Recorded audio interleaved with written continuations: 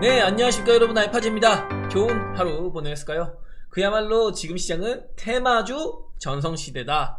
진단부터 시작해서 코로나 관련주, 엠폭스 관련주도 움직이고 방산주도 움직이고 조선주도 움직였다가 최근에 화두가 되고 있는 화재 관련한 주식들이 많이 움직이고 있어요. BMS 관련 전기차, 배터리 관리 시스템에 관련된 종목부터 시작해서 열폭주 방지 관련주, 그리고 특히나 최근에는 원천적으로 리튬 이온 배터리를 대안할 수 있는 미래의 기술 전고체 배터리가 두각을 드러내고 있죠.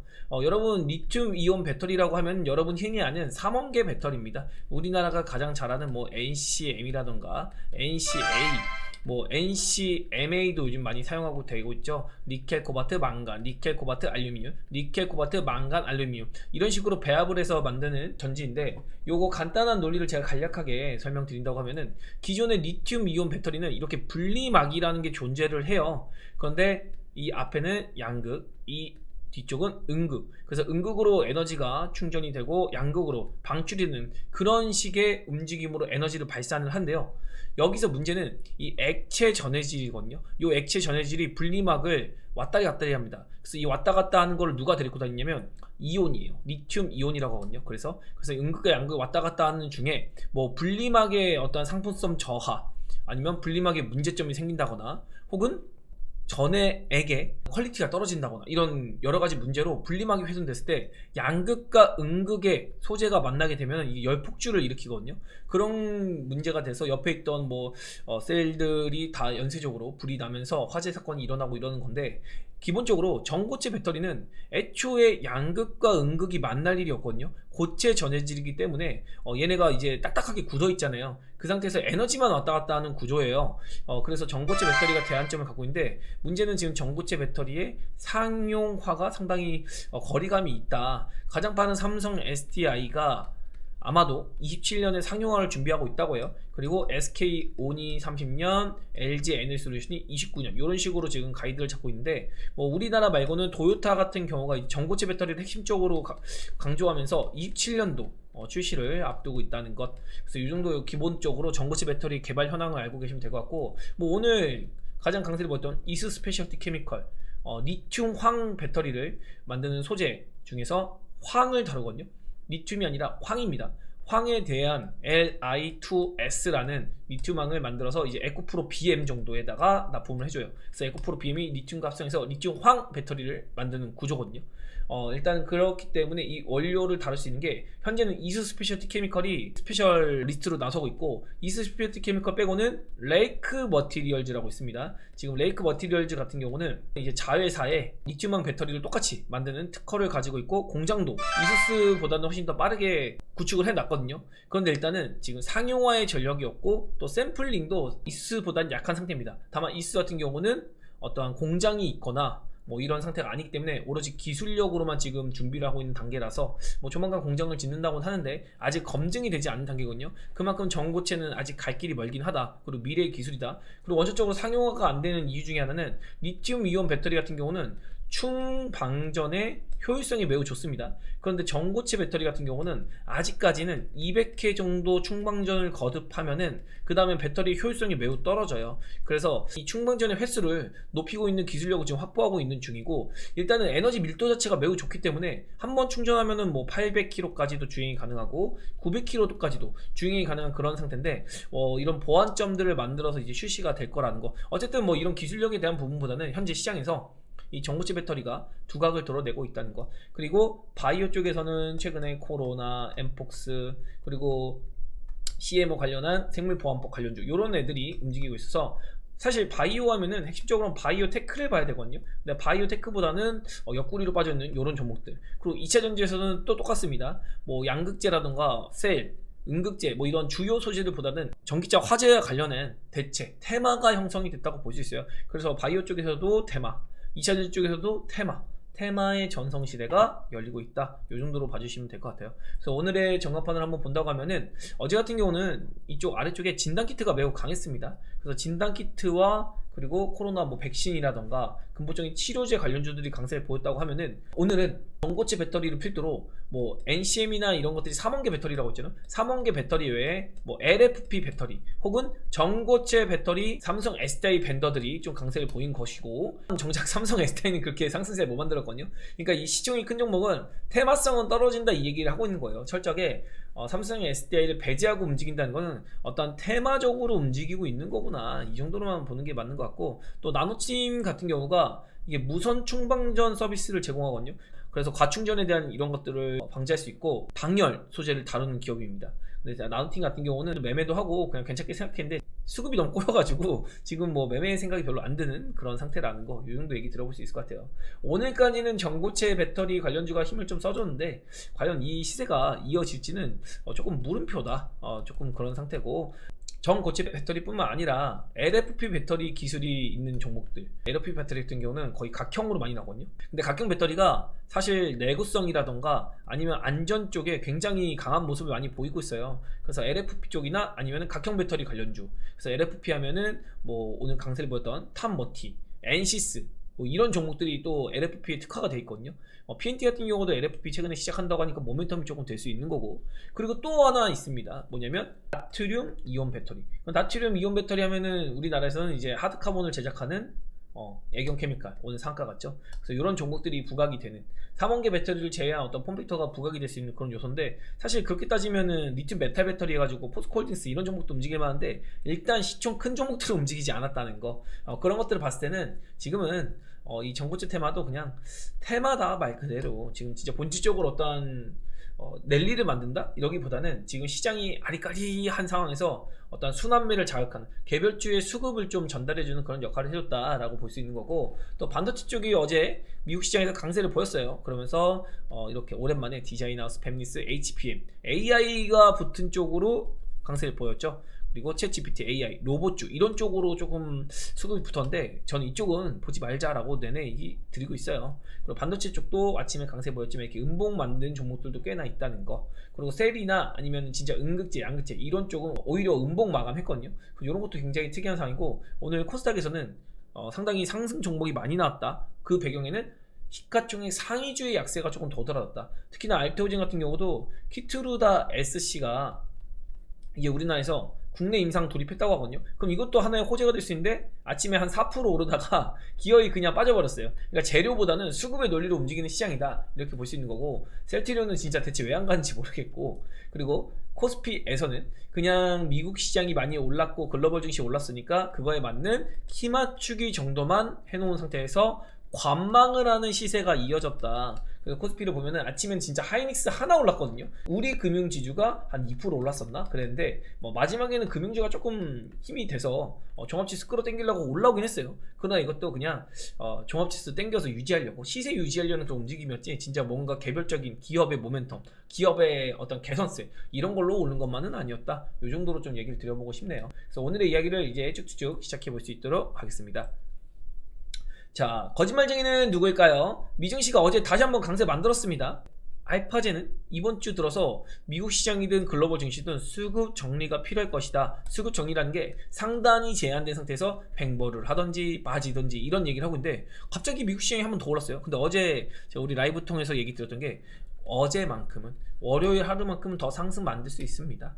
지난 금요일에 롱숏 포지션에 의한 수익률 극대화에 대한 어떤 움직임을 보였다. 그리고 금요일에 이 봉인이 끝났다. 그래서 월요일부터는 자기 갈 길을 갈 건데, 월요일만큼은 죽는 거는 좀 아닐 거라고 했습니다. 왜 그러냐면 어제 하루 정도, 그리고 오늘 미국 시장이 열리고 나서 어느 정도 투기 세력이 다시 한번 포지션을 잡아갈 시간이 필요하거든요. 그래서 하루 이틀 정도는 포지션 잡아가야 된다는 거, 그거를 조금 가늠해 볼 수 있는 게, 제가 엔비디아를 가지고 미국 시장을 자꾸 컨트롤 타워 역할을 시키면서 왔다리 갔다리 시킨다고 했잖아요. 그래서 엔비디아를 가지고 지난주 금요일에 해먹을 만큼 해먹고 다시 한번 4% 강세. 일단 뭐 미국의 투자사들이 지금 엔비디아를 탑픽으로 뽑고 있고, 또 3분기 실적도 어닝 시즌을 기대해 볼 수 있을 것이다 라는 전망을 속속들이 내걸고 있거든요. 일단 엔비디아 실적 발표가 28일에 있는데, 요거에 대한 기대감으로 먼저 오르고 있는 겁니다. 과연 그 기대에 부응해 줄지도 이걸 지켜봐야 될 것 같아요.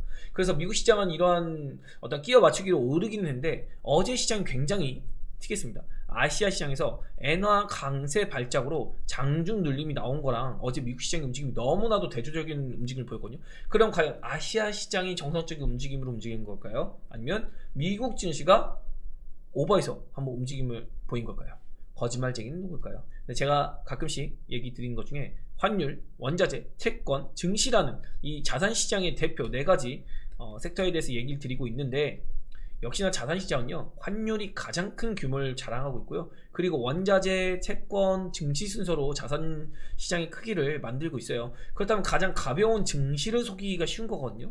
그래서 미증시의 상승이 과연 진짜 속이기일지, 어떤 수급 논리를 한번 들어 올린 건지, 아니면은 엔화를 강세로 돌리면서 아시아 시장의 발작을 이끈 환율의 조작이 거짓말이었는지, 그 부분은 한번 뚜껑을 열어봐야 기어이 알 수 있다는 것. 근데 제가 보는 거는 환율보다는 아무래도 증시를 속인 게 아닌가, 이런 의심을 하고 있습니다. 진짜로 만약에 시장이 건전하게 갈 거면 그래도 대장주들이 올라줘야 되거든요. 그래서 지금처럼 막 테마주만 올라가는 시장, 이거는 상당히 의심스럽다라고 봐야 된다는 거죠. 그래서 테마주가 혹시 들고 있다가 물리는 종목들이 있었다면 올라올수록 현금을 조금씩 더 만드시라 저는 더 강조를 드려보고 싶어요. 그래서 어제 포지션을 새롭게 구축하는 하루 정도였다라고 보시는 게 정확할 거고, 연준의 매파 위원들도 9월에 금리 인하를 시사하고 있는데, 제가 일요일 라이브에서 정리해 드린 것 같이 뭐 0.5bp 빚것은 이제 없다고 얘기를 하고 있습니다. 0.25bp 금리 인하를 하면서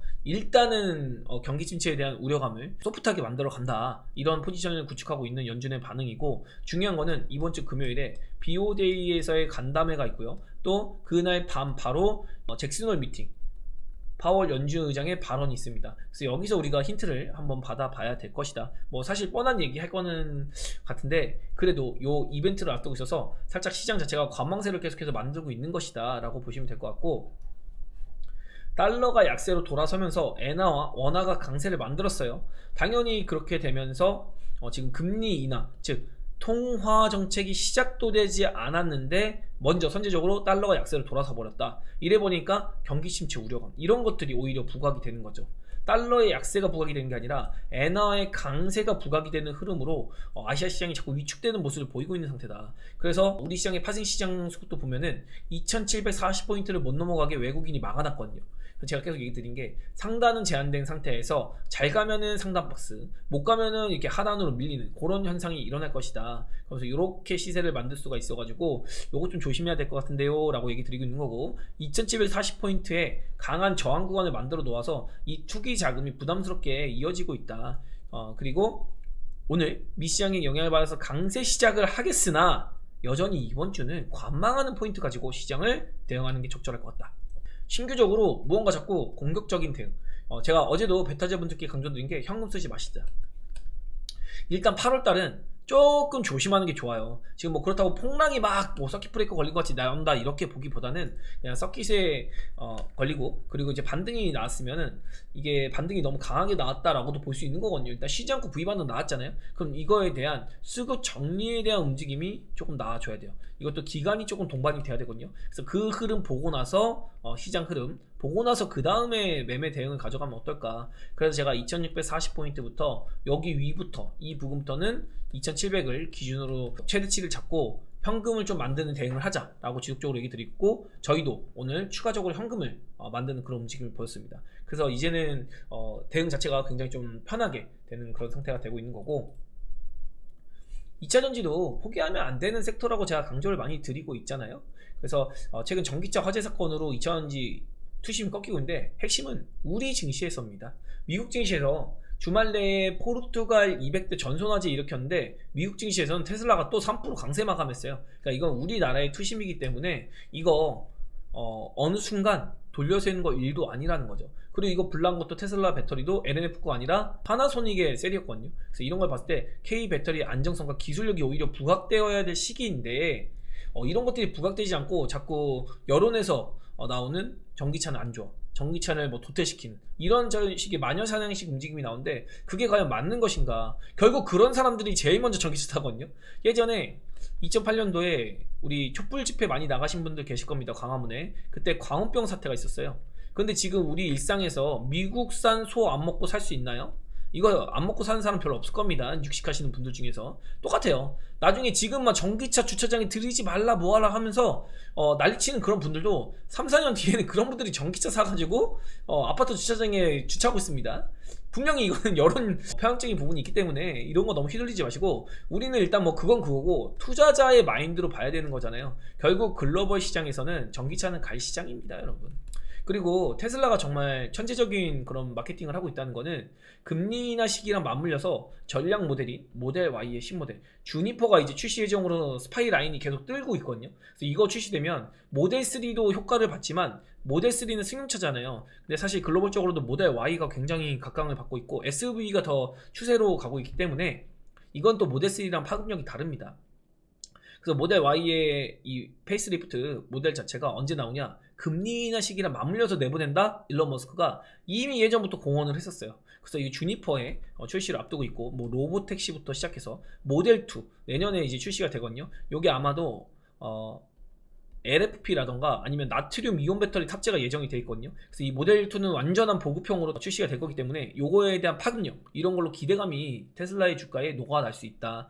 테슬라는 실제로 뭐 150불까지 빠졌다가 지금은 뭐 250불 갔다가 눌려봤자 220불이거든요. 근데 우리나라 2차전지 기업들은 진짜 바닥 빡빡 끼고 있습니다. 그래서 이런 걸 봤을 때 테슬라가 선행해서 움직여주고 있는데 여기에 너무 휘둘리지 말자. 분명히 따라갈 것이다. 그래서 그걸 또 추종하는 사람들은 어제 테슬라가 플러스 3% 만들었으니까 야 우리 에코프로 한번 붙어볼까? 그랬더니 사자마자 뭐죠? 시가에 물리죠. 그래서 지금 이렇게 투심을 꺾어내리고 있는데 결국에는 2차전지도 지금 판짜기는 이미 일어나고 있는 것 같다. 그 판짜기의 시발점이 아마도 전고체 배터리가 만들어주고 있는 게 아닌가. 전고체 배터리가 뭐 어떤 시발점을 만들어주고 있다는 거죠, 여러분? 2020년으로 우리 타임머신을 한번 타고 돌아갑시다.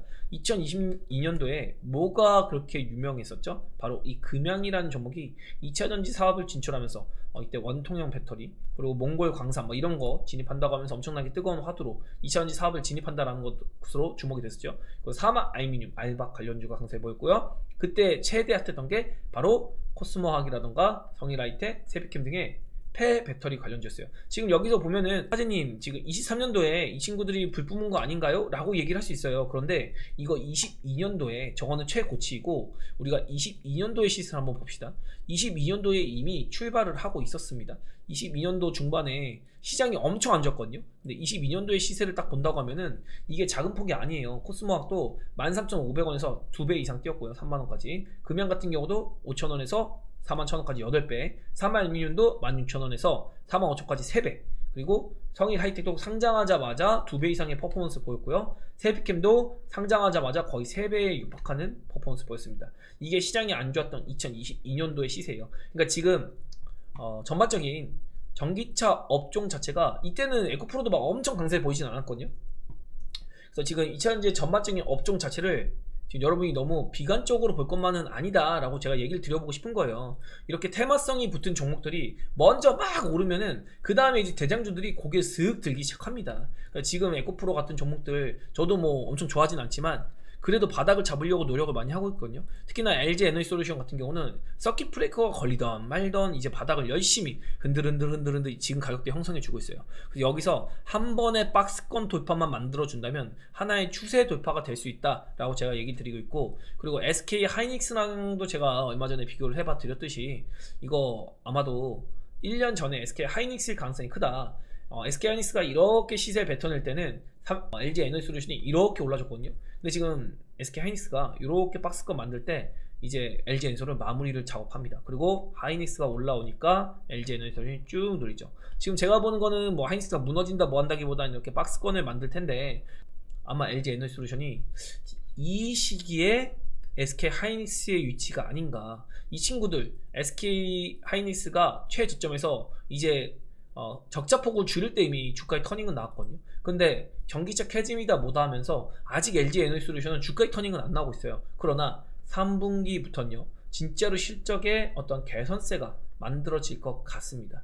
그래서 이 개선세에 대한 기대감이 이제 붙기 시작할 거예요. 어쨌든 주가로 말해주는 거잖아요. 1분기, 2분기까지는 실적이 좋지가 않았어요. 특히 AMPC 빼면 진짜 볼 게 없었는데 9월달 이제 3분기부터는 정말 좋아지거든요. 특히 얼티엄 3공장에서 이제 각형 배터리라던가 아니면 뭐 원통형 배터리 특히 사이버 트럭에 들어가는 4680 배터리 양산도 시작이 되거든요. 그래서 이런 거에 대한 기대감이 이제 쭉쭉쭉 붙게 될 겁니다. 아직 가동률이 높지도 않기 때문에 엄청 드라마틱하진 않지만 이제 4분기로 가고 내년 상반기 1월 달로 갈수록 LG 에너지솔루션의 실적 개선세는 도드라질 것이다. 그러면서 연간으로 보면은 올해 잠깐 주춤할 수는 있으나 내년도 25년부터 본격적으로 회복하거든요. 근데 여러분 주가라는 거는 선반영하는 거잖아요. 그래서 지금 전고체 배터리가 부각이 되면서 일단 불을 지피고 있다라고 보는 게 맞을 거예요. 전고체 배터리가 불을 먼저 지펴놓고 그 다음에 셀이라던가 그 다음에 소재, 음극재, 뭐 또 충전 속도가 부각이 되면 실리콘 음극재 당연히 또 부각이 되겠죠. 이런 것들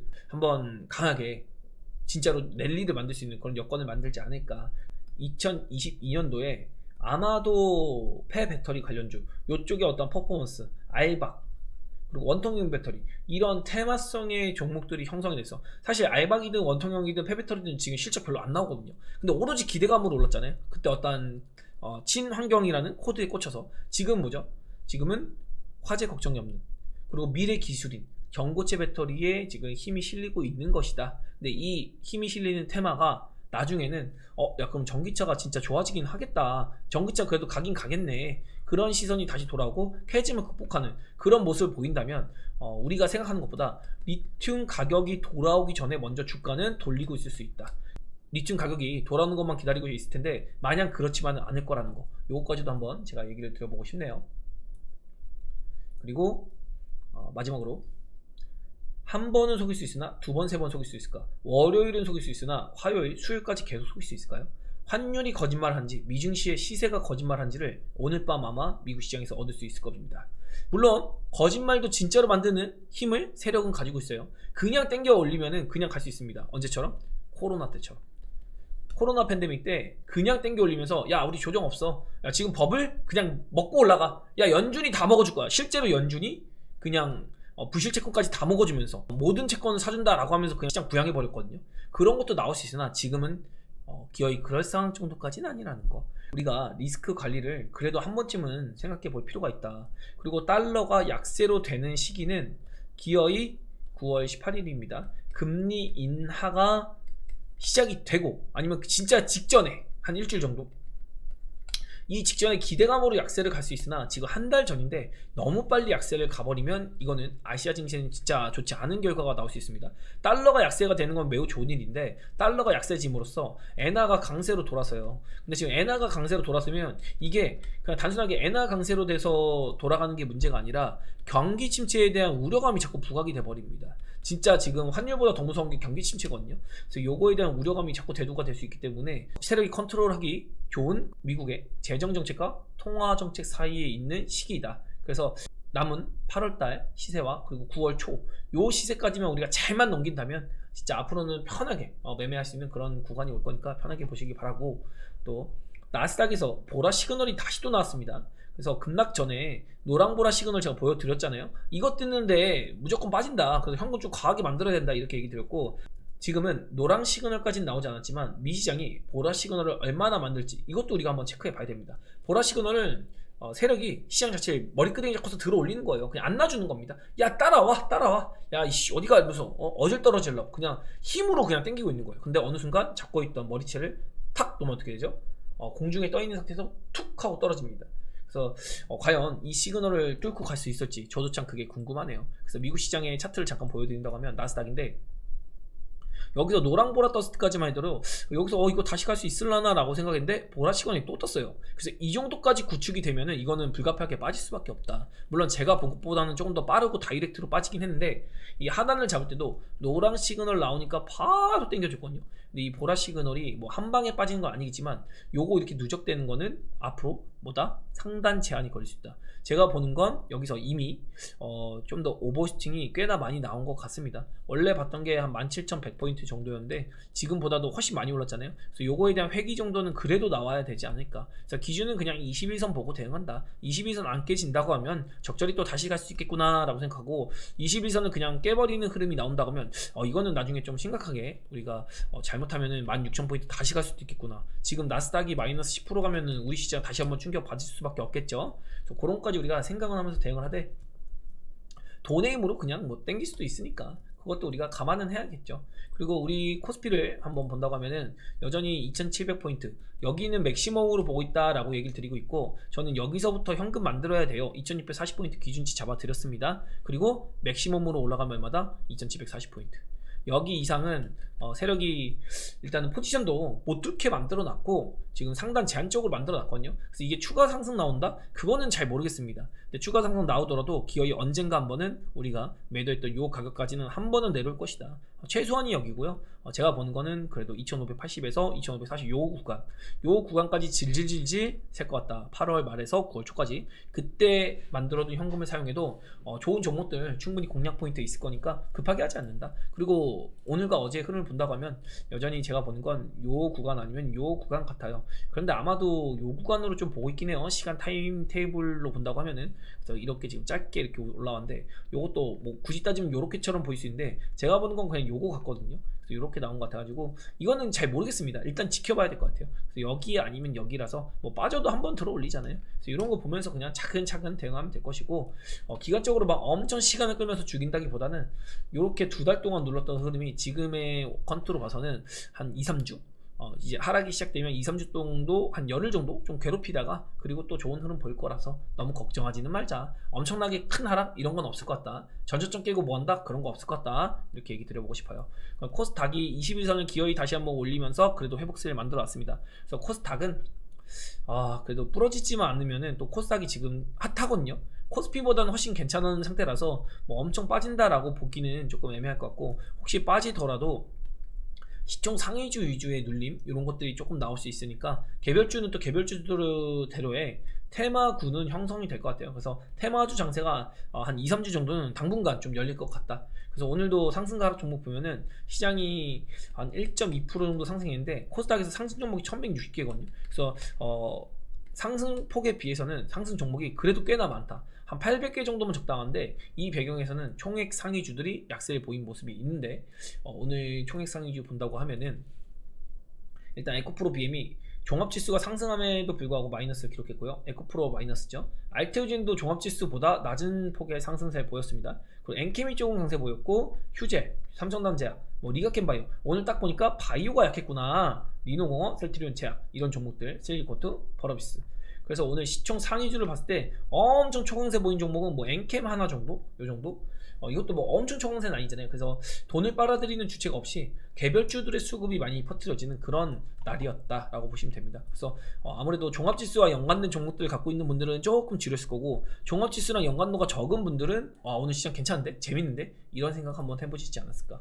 그 와중에 제약업종은 오늘 음봉을 만들었죠. 종합지수가 플러스 1%였는데 이걸 봤더니 오늘 제약업종이 쉬는 날이었다. 그래서 오늘 시총이 그래도 상대적으로 컸고, 최근에 2주 정도 강세를 보였던 제약바이오 업종에서 이제 테마까지 그냥 메인 종목들도 다 한 바퀴씩 올라주고 테마까지 이제 붙어주면서 진단키트라든가 아니면 뭐 코로나 백신 치료제 이런 것까지 해서 한 바퀴 다 도니까 이제 쉬면서 반도체라거나 2차전지가 올라와주는 모습을 보이고 있는 거다. 그래서 2차전지도 제가 보기에는 이렇게 쉬는 동안 테마가 붙어서 한 번씩은 더 올라와 줄 수 있지 않을까, 그런 생각 정도는 하고 있습니다.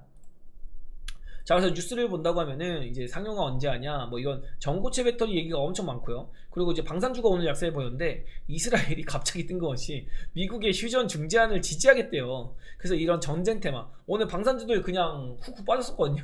그래서 이런 거 보면은 진짜 전쟁 이슈도 진짜 못해 먹을 짓이다. 그리고 테슬라 불났는데도 상당히 좋은 모습을 보였다. 그리고 코로나 환자가 8월 말에 주간 35만 명, 이거 굉장히 치명적인 것처럼 보이지만 작년 최고 유행 수준이거든요. 근데 우리 작년에 코로나 테마 가지고 뭐 재미 본 거 있나요? 작년에 뭐 코로나 터진다고 해서 뭐 코로나 테마 움직이고 이런 거 있나요? 그런 거 없었어요.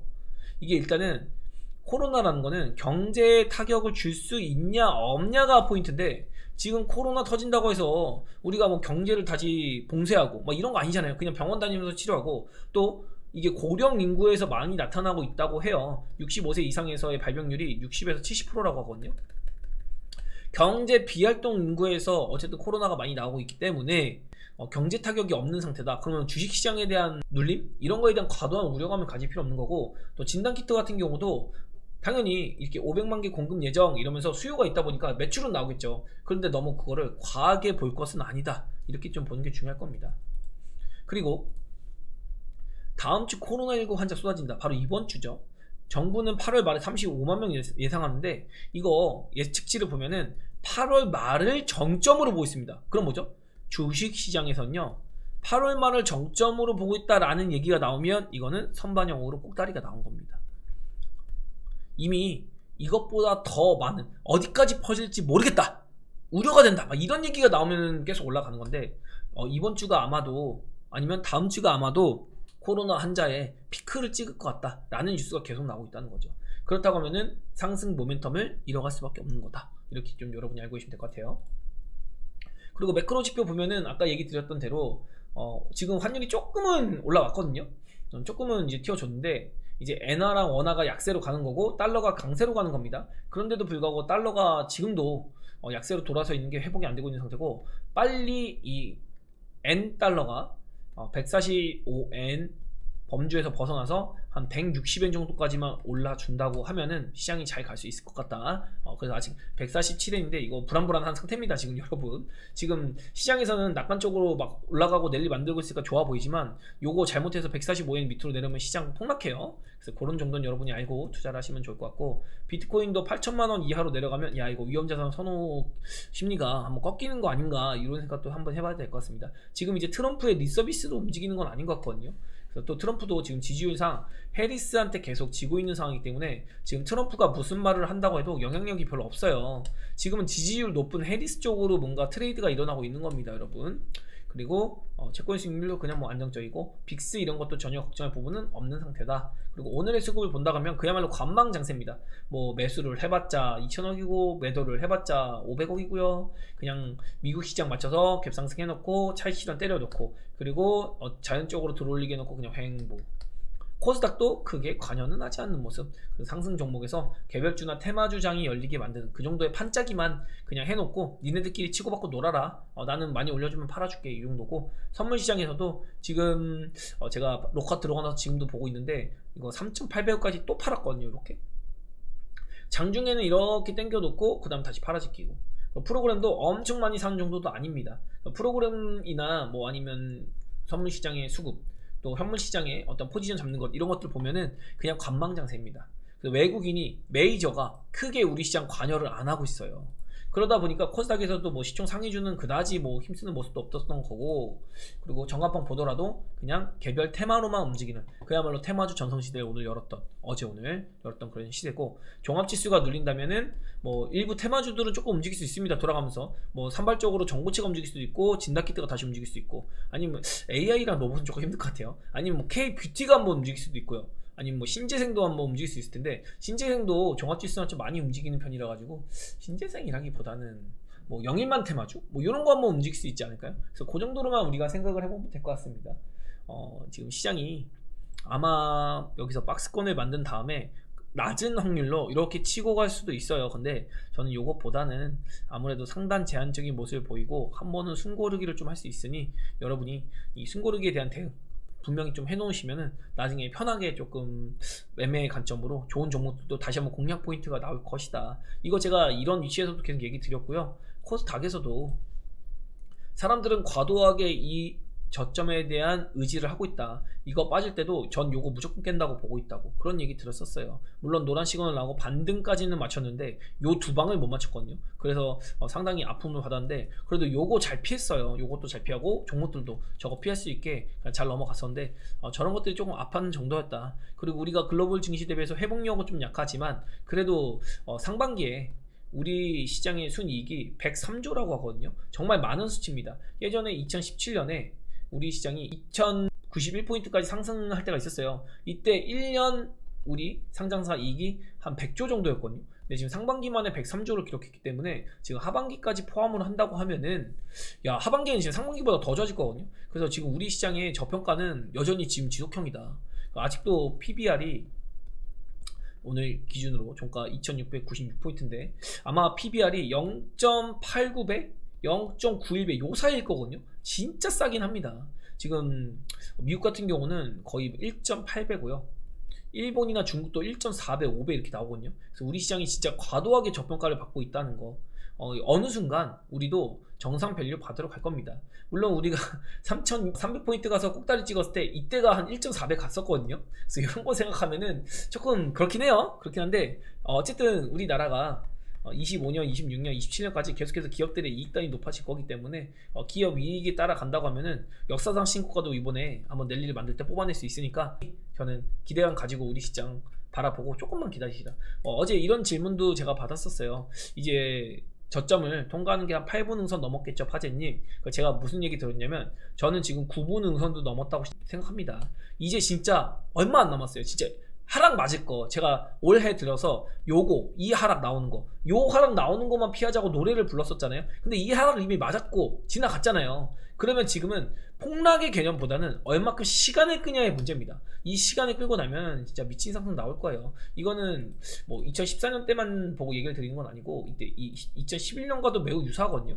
그래서 여기서도 이렇게 쭉 갑자기 빠져놓고 이제 미국 신용등급 강등이 났었죠. 그리고 요렇게 바닥을 한번 잡아주고 그 다음부터 랠리가 좀 나왔거든요. 그래서 이런 것도 우리가 충분히 기대할 수 있는 그런 흐름이기 때문에 여러분이 지금 시장이 너무 개떡 같고 그지 같지만 조금만 참으면은 이제 장기적인 추세적인 랠리가 나올 수 있는, 또 특히나 이 글로벌 경제의 정책 자체가 통화 정책으로 간다는 것, 금리가 약세로 간다는 것, 이것 자체가 신흥국인 우리나라의 주가에는 매우 긍정적인 효과를 받을 수밖에 없다. 이런 것까지 제가 다시 한번 이렇게 힘이 나는 말을 드리면서 이제 진짜 얼마 안 남았습니다. 한 2-3주만 좀 버티시면 추석 지나고 나서 바로가 될지, 그거는 금투세가 조금 변수긴 한데 금투세만 잘 해결된다는 전제 하에 우리 시장 정말 좋아질 거니까 그때는 뒤로 짚어도 가는 그런 시장 나올 거라는 거 강조드리면서 저는 마무리 짓도록 하겠습니다. 네, 내일 만나시죠. 안녕.